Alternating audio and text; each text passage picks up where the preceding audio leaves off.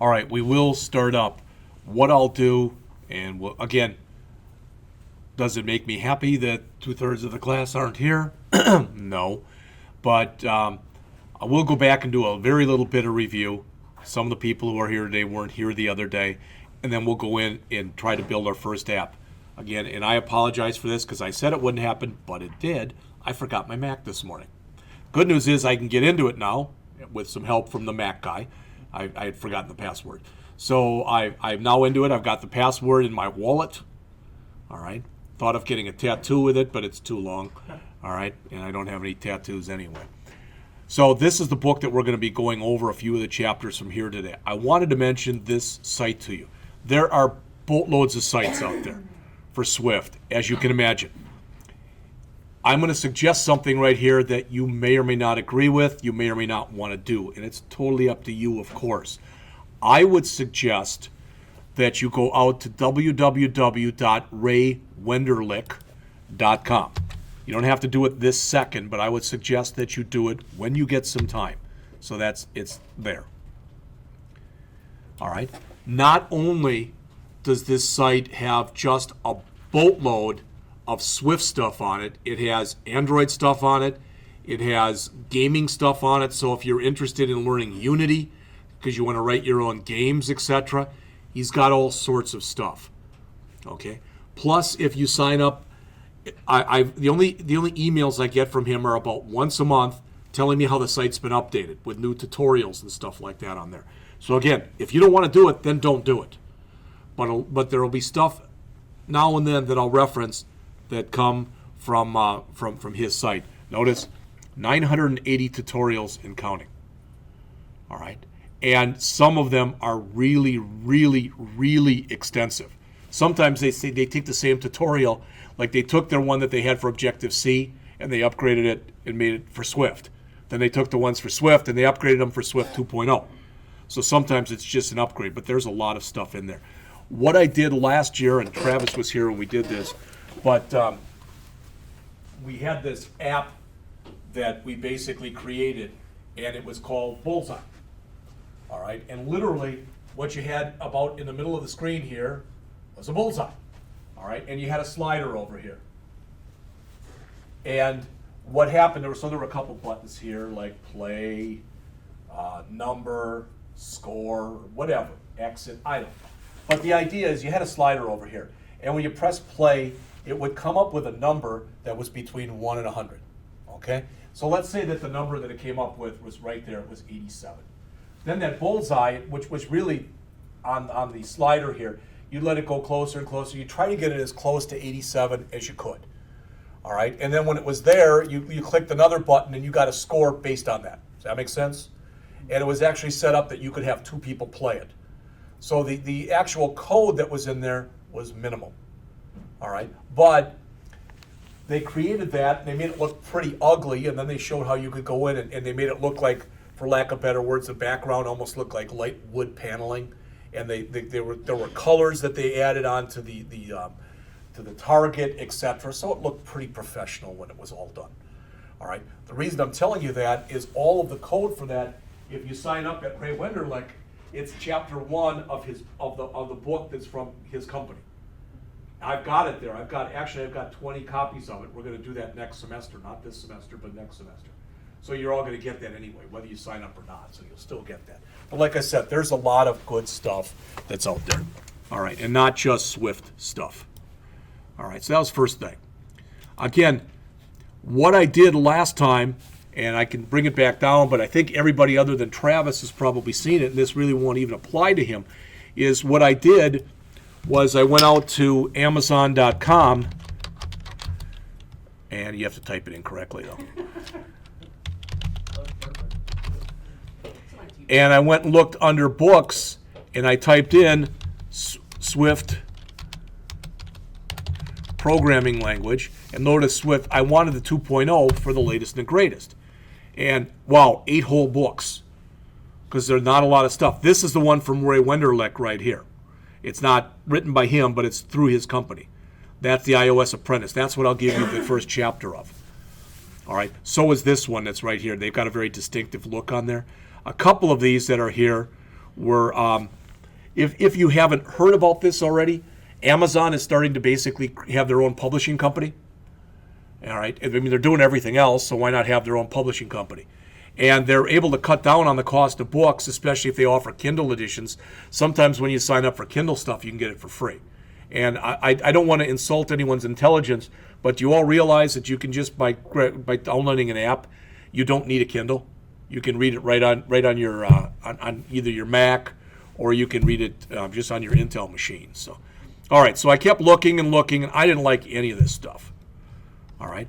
So I also, like I said, kept looking, go online a lot, looked at a bunch of articles, and found this by a guy named Neil Smythe. So I ordered this. Got it last week. Notice it's got 4.5 stars. So there's one person who didn't like it out of 26, and you can see the rest. I'm not going to go over any of that stuff. The point is, it's a very different written book in that it's got almost 100 chapters in it. That's the bad news, so to speak. The good news is there's about 750 pages in it, so each chapter is only about 7 or 8 pages. All right. Now, there are not very many screenshots in it. That's what I think is the worst part of the book. It's almost entirely textual. That's not a good thing. Okay, so that's the first thing. I think at least it's pretty well written, but to be honest with you, all I've done is page through it and basically read the first chapter or so. But I paged through everything in the book because I thought, wow, not a lot of code in here, not a lot of examples in here. And there aren't. All right. But when I passed it out, I know that Zane and Eric, I think, both said the same thing. There is somewhat of a feeling of accomplishment when you get done with a chapter, whether it's 8 pages or 800 pages. All right. Now, could we go through that and get through the whole book? The answer is, of course we could. I mean, would it make sense to do that? I don't think personally it would. That said, we probably could get through half of it. And then you'd have the rest, and you could use the rest and use it as a reference or whatever. All right. You'll notice that the price is not terrible. You'll also notice, if you look in just a second, this is the one I got. So I got it last week, and guess what? It's already out of date. Because now there's not iOS 8 app development, there's iOS app 9, which just came out last week. And it went from 99 chapters to 101 chapters. All right. That said, still look, 808 pages. Do the math. That's 8 pages per chapter. I think the longest chapter I saw on there was upwards of 20 pages. And the shortest one was about 3 pages. But if we look in there, some of the stuff that's in there, start here, join the Apple Developer Program, installing Xcode. So we've got all this stuff already done. All right, a guided tour of Xcode. Well, that'd be kind of nice for you on your own to be able to look at that and go through that. An introduction to Playgrounds, which is what we started on in here last time. Then in Chapter 6, which is 40 pages in, then they start talking about Swift specifics. So, hell, we could go through probably in the first week of class, the first 9 or 10 chapters. I don't think would be a problem with that. But I've mentioned this before. My goal is to lecture no more than 9 weeks of the class, have us do some working stuff, and then assign some stuff. But then, like we're doing in the Bootstrap class, around 9 weeks or so, even if it's 12 weeks, whatever, is to say, okay, you've got the rest of the semester, I want you to build an app. And to do that both in here and to do that in the Android class. And the idea is at the end of the spring semester, when you're in the 152, 164 class, the Design and Implementation Projects class, you have to do a presentation. And you could present both those in addition to whatever else you want to present. All right. So what I'll do is, because there's a couple people here who didn't see that book before, I'll go up and grab my copy. I didn't bring it down with me.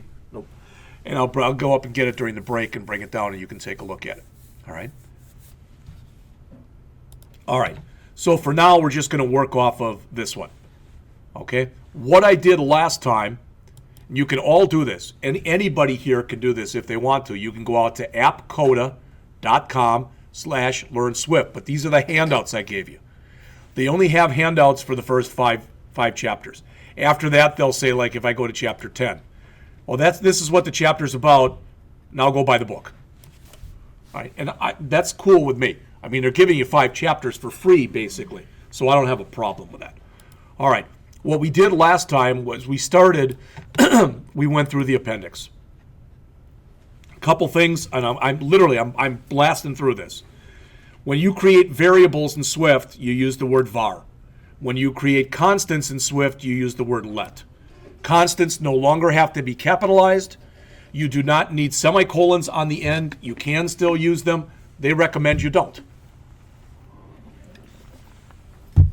Also notice that when we've created these, we didn't say the type of variables because Swift uses something that's called type inference. It implies that both of these are integer variables. If you want to, you can still use types, and we'll talk about how to do that in just a minute. Now, in the olden days, like when Travis took the class, we started getting into Swift, but the year before he took the class, we wrote stuff that looked like this. We used Objective-C. It's a much more cumbersome language. Everything in Objective-C is a pointer. Everything is a pointer. So you get some really ugly looking stuff. And before you go out and print any string, you need to use an @ sign. That's all gone away. So something that you did before like this now looks like this. Let, again, no semicolon, var, again, no semicolon. Another var. All right? So right here they say Swift is the future. The system is smart enough to know what's in the blue up there is a string. If you want to specifically say it's a string, you can do that too. Again, the recommendation from Apple is that you don't do that. The compiler optimization has already been built in. When it does the type inference, all right, it works just as well. I already mentioned the no semicolons. So if you put let there, remember let's a constant, so that string cannot be changed. If you put var there, you can change that string as many times as you want. When you set up lets and vars, etc., if you want to concatenate things together, it's a plus sign. And you've seen that in other languages, so there's no big thing right there. All right? So the author is saying right here that in the past, now you can do things like this, but in the past you had to do things like this. This was one of the most pain in the ass classes I've ever had to teach, was when we were running this and we were using Objective-C. The good news is, and it still does it, the IDE or the integrated development environment that we use, the good news is it's got context-sensitive help, IntelliSense, whatever you want to call it. All right, it almost always picks what you want. All right. You'll notice the word print here. By default, when you use the word print, it prints it to the console area. If you don't know what that is, you're going to see it in a minute. When you create an array, this is how you had to do it in Objective-C. This is how you do it now. One thing about arrays, how the language has changed, back in the days of Objective-C, okay, you could combine different data types. So I could have in here eggs Benedict, and then the next one could have said, without the double quotes, $6.99. Then the next one could have said available, on these dates, and they had a bunch of dates or whatever. Now everything in an array has to be of the same type, like it is in most programming languages. Notice also when you do arrays, you use brackets. All right, you don't use parens. If you want to add things to an array, to an existing array, you just use plus equals. Whether it's one thing or whether it's multiple things. It's pretty simple to do. And there are a boatload of built-in array things, such as the count method. It's not length. If you want to know how many elements are in there, you use the count method. Arrays start at 0, just like they do in other languages. If you want to work with a particular array item, again, you still use brackets. One thing that they've done, and you don't see this in most other languages, so imagine that, and I don't know what they are, but I'm just going to write my own. So imagine that we've got an array, and the array has, let's cut this down a bit. Let's say that the array has about 6 things in it. So cookies, cake, candy, steak, Danish, all right, and something else, chicken. All right, so let's say that we've got an array that has that stuff in it. You're all smart enough to realize that that's element 0, element 1, element 2, element 3, element 4, and element 5. All right, if we do this, this says replace elements 1 through 3 with cheesecake, Greek salad, and braised beef cheeks. Yeah, that sounds good. So now you'd have cookies, cheesecake, Greek salad, braised beef cheeks, Danish, and chicken. Does that make sense? But it's real simple. In fact, they use this concept a lot, this dot. There's two ways it can be used. There's dot, dot, and there's dot, dot, dot. So what's the difference? If I say, in brackets, if I say 1 dot dot 3, as opposed to 1 dot dot dot 3, this says, all right, greater than or equal to 1 and less than 3. This says greater than or equal to 1 and less than or equal to 3. So if you've got 3 dots, it means include the last one. And if you've only got 2 dots, it means go up to that, but don't include that one. All right? And it's just a shortcut that they put in. That's all. You never have to use it, but you see it a lot in code. And the last thing that they mention in here is you can also create things that are known as dictionaries. Again, that's the ugly way you had to do that back in the day of Objective-C. This is how you do it now. This is like an associative array that we've had in other classes. So there's the key, there's the value. There's the key, there's the value. There's the key, etc. You get the idea. All right? And they don't have to all be strings like they have here. In other words, the keys could all be numbers, but then they'd have to all be numbers. The values that are here could all be numbers, but then they have to all be numbers. All right? So it's a key value type of structure.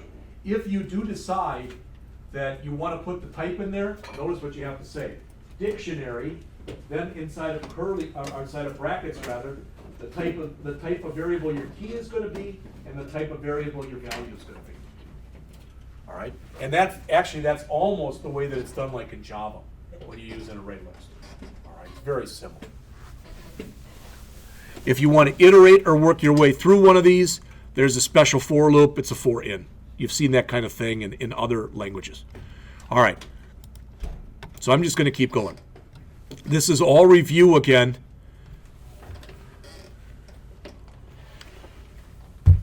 Zane asked a question. I still forgot to go and grab that. I went through this last time, and he asked a question. He said, well, if is it possible to set up a virtual machine on an Intel machine and run Swift on there? The answer is yes, you can. Okay, you can do that. We can't do that here because for 2 reasons. One is Terry's afraid that if he puts that stuff on, it's going to wreak havoc with other stuff that we've got on our virtual desktop. That's the first thing.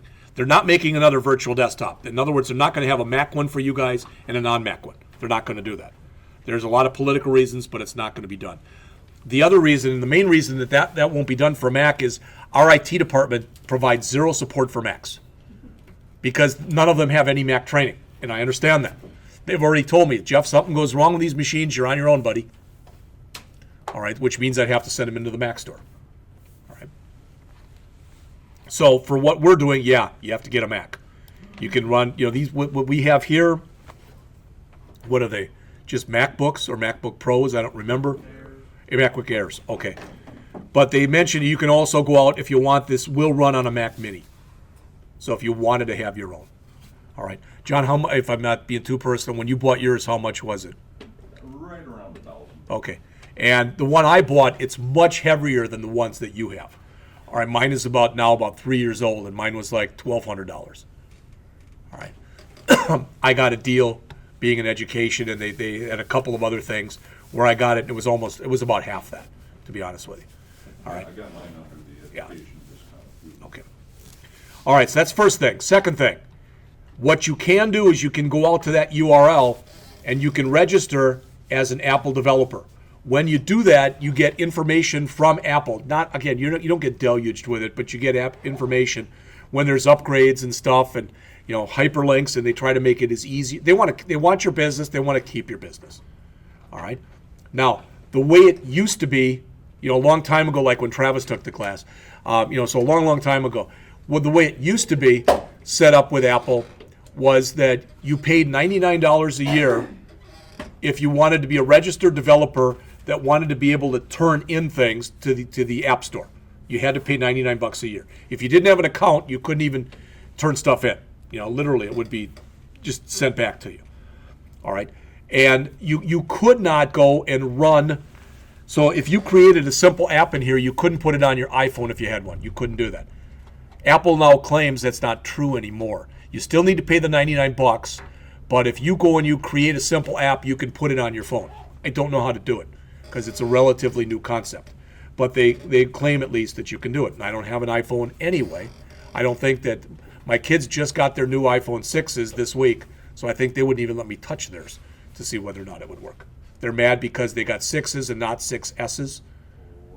Yeah. Well, the 6S had a 4-week waiting period, and they wanted rose gold, which was a 6-week waiting period. So we said you can have the 6 in white, or you can wait 6 weeks. And either way, just shut the hell up. All right? So they decided to have the 6s. What's funny, if you haven't seen them, they both had, or all three of them had iPhone 5s, which are like that big. And now the new one, you can put the whole old one just inside of the face that you can see in the new one, and there's still room. So it's so much bigger. Yeah, you're right. All right. The development environment that we use is called Xcode. That's their IDE. It's Apple's integrated development environment. It's totally different looking than what we have used before. All right. It's free if you go out to the App Store, but if you go out to the App Store, you need an Apple ID. So if you ever do decide that you want to buy a Mac for whatever reason, I'll talk to Travis first. But if you still want to buy a Mac, all right, you want to set up an Apple ID for yourself. They're free. All right. They're painless. It really literally takes just a matter of minutes to do it. And when you launch Xcode, it's the one you see where the icon is right now. It's the little hammer with the architectural thing behind it that says Xcode. That's what it looks like. That's how we launch it. Now, John has done a real good job here. He's kept all of the Swift stuff up to date. He's kept the Apple iOS up to date. All right, that's when I went through another one because of course, I know what my Apple ID is, but what I think it is and what Apple thinks it is are two different things. So they said, well, send it if you want this. So if you want to change it. So I sent it. They acknowledged that they sent it, and then I've never received it. That's been 2 days. All right.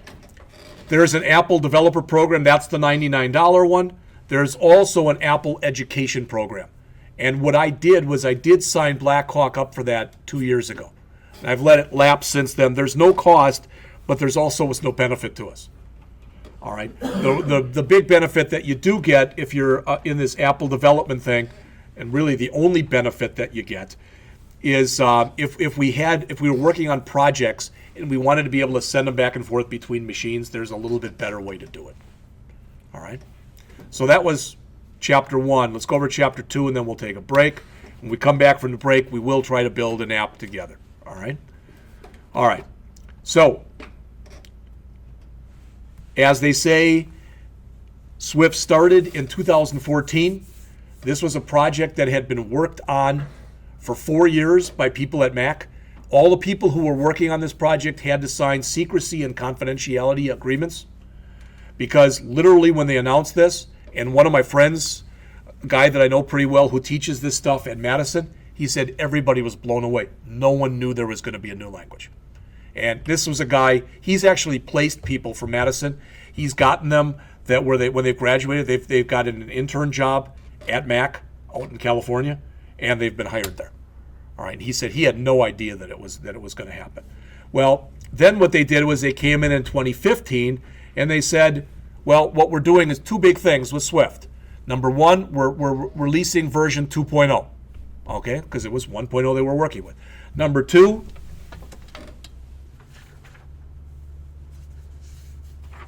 they're going to make it open source. And since they're going to make it open source, the prediction is by the end of 2016, if you want to, you will be able to write not only Swift or not only iOS apps, but Android apps using Swift. All right. And if Android Studio is smart and gets on the ball, they'll probably put some kind of a linkage in there for that. What'll be nice then is if that's the case, then there'll be only one language that I'll have to use for both classes. All right. I mean, I don't mind using Java. I have no problem with Java at all, but Swift is a lot easier to use than Java is. Yes. All right. So again, they already said this, but the code that you see right here, that's in blue now on the screen, that code that you see right there, that's the code in Objective-C. That's the same exact code in Swift. Hopefully, when you look at that, the first thing that comes to mind is, well, at least this stuff, it's a hell of a lot easier to read than this stuff is, and it is. Again, notice, pointer, pointer, pointer. The ideas of pointers still happen in Swift, but they happen behind the scenes. So you don't have to, it's more Java-ish because Java uses pointers too. You just can't use them and you can't manipulate them. All right, most developers said they liked the power of Objective-C. They didn't like the fact that it was boxy and kind of unorthodox to use. All right, which is one of the reasons they said, we're gonna change it, and they did. All right. You'll notice to this NS log versus print, you'll see all that after the break, and we'll take a quick look at it. When you get into Xcode, now if you weren't here the other day, you won't be doing this, but that's no big thing. You can do it during the break if you want to, all right? And if you want to, when you first start the system up, down in your dock, down at the bottom of the screen, you're gonna see one of the things that's in there is the Xcode launcher. And this stuff, I watched Juan do it the other day, and I do the same thing. Your first inclination is to double click it, but it usually works better if you single click it, all right? And John mentioned this the other day that Macs we don't have a mouse. So right clicking is kind of difficult without a mouse. All right, but you do a lot of stuff with swiping with one finger, two fingers, up, down, etc. And it's more or less, there might be a gesture thing that's online someplace that, some kind of a guide, but I haven't found it. But you'll learn by doing, all right?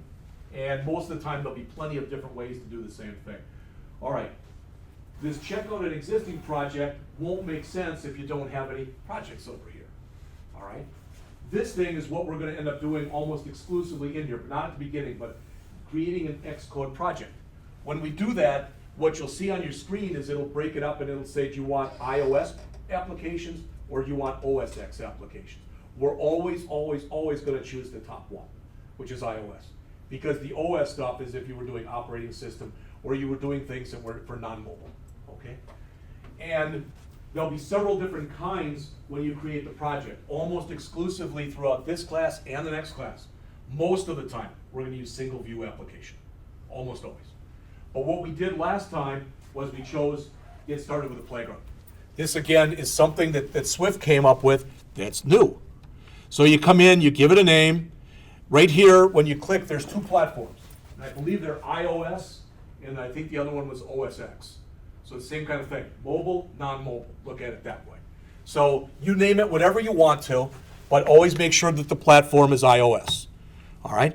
Then you come in here, and this is what comes up. The only thing that's different between saying iOS and OS X is instead of saying import UI kit, I think it says import foundation. The UI kit says that anything that you can do graphically, you can now do because you've added that library. All right. The color stuff hopefully looks at least somewhat familiar. Green means it's a comment. Keywords are in purple here, and strings are in red. So this is your work area right here. You type anything you want in here. The results of what you type are immediately shown right here. So if I come in there on the next line and I type in var str2 equals Jeff Scott, you're going to see Jeff Scott over there. If I come back up over here and I change this from hello playground to hello Jeff Scott, this will eventually, I believe this changes to where it'll say hello Jeff Scott. But you can literally write whole programs here. You could, in essence, create an app there and then copy it over. You can't run it from Playground, okay, but you can put GUI tools on there so I can put labels on or whatever I want to put on. So there's a lot of stuff that you can do if you want to. So they ask you to come in there, and this is where we left off last time. This is right near the end of the class. So they ask you to type in this. hello Swift, etc. You know, kind of replicate some of the stuff that we did before. So you put in there var message 1 equals all this stuff, hello Swift, and then you see it along the side. You type in your next one, you hit enter, boom, you see it along the side. So it's an immediate type of thing. It's not really going through a compilation process, all right, because it's that fast that it comes up. I already mentioned this, but Xcode has an editor with an autocomplete feature. You might like it, you might dislike it. There is a way, I don't remember what it is, but there is a way that it can be disabled if you want to do that, all right? No, I don't want, I want to just type in my own stuff. Well, there is a way to disable it. Like I said, I don't remember what it is. When you start typing this stuff in, notice what it says here. So you type in this. Boom, you already saw what that is. Now you type in message 1 dot uppercase string. So what it's showing you here is, oh, there's at least a couple of them that you can use. So that's what pops up with the IntelliSense. Almost always, again, this is a generalization, but it's pretty true. You're going to want the first one that's chosen in the IntelliSense, almost always. All right, again, there'll be exceptions, but usually. All right. So a couple more things, just so you see these. All right. And I think I told you this last time, and I was wrong, okay? That is, I don't believe you do need the parens. It does want the parens here, all right, when you're using the word print, and there's a reason for that we haven't gotten to yet, all right? You'll notice when you look on there, at least in some ways, it's clean because there's no semicolons. The other thing is if you have an if statement, even if it's just one line, you must use those curly braces. You have to, even if it's just a single line, all right? And you'll find out because you'll do something the way that you used to do it, and it won't work, okay? Here they have you come in and they say, you create a label. This is one way to create a label, so you can create labels in code. It's not usually the way that you'll do it. After we get back from the break and we start to create one of these, it's not the way you will do it. But you can do it that way. So we're saying that we want it to be a label, it's going to be a rectangle, and it's going to go from position 0, 0, so the upper left-hand corner, to position 350. All right? And then we're setting the text for it, etc. All right? And there's other stuff that you can do with it also. So what they're saying is, when you set that up, you're going to have something that looks like that. It's now a label, and it's a big label because you know it's 300 by 50. Okay? And then finally, the last thing they have you do in there is make a couple changes to it. So what are we doing? We're changing the background color of it to orange, and you can see that. We're telling it we want the code or the text on there to be centered, and we want a corner radius. Remember corner radiuses? You should have had that in the 157 class for your CSS. That's the rounded look that's right here. I don't remember what the clip to bounds means. Okay. So in the next chapter, and this is what we'll do after the break, we're going to build our own app. It's a pretty simple app. All right, it's going to be where you're going to have a button on there. When you click it, something's going to appear on the screen. But at least we'll have gone through something as a class. And again, I apologize. I forgot to bring my Mac today. So I'm going to walk you through stuff, and John and I can walk around. So if anybody has any problems with it, we can try to give you some help. All right, so it is 8:52. Let's come back. Let's make it about 9:05, please.